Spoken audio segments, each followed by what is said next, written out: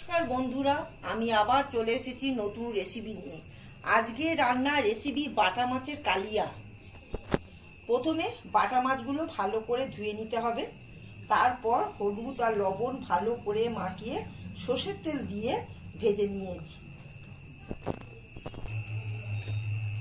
প্রথমে আমি সর্ষের তেল দেবো।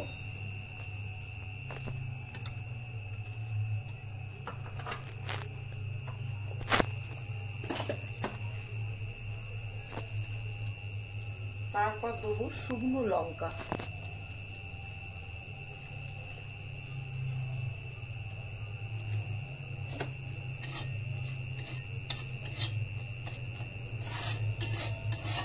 শুকনো লঙ্কা দিয়েছি, দিয়ে টমেটো কুচি দেবো।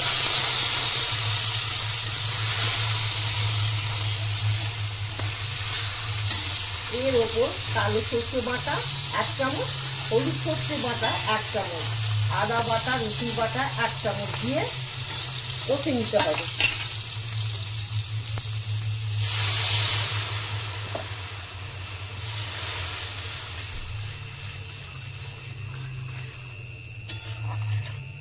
তারপর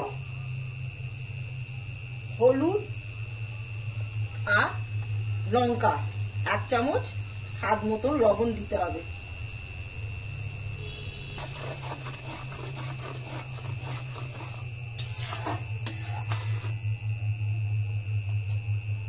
রসুন 1 চামচ, আদা 1 চামচ এর মধ্যে দিয়ে দিয়েছি। আমার বাটা মাছের কালিয়া হয়ে গেছে। ভিডিওটি ভালো লাগলে লাইক, শেয়ার, সাবস্ক্রাইব করবেন। টাটা।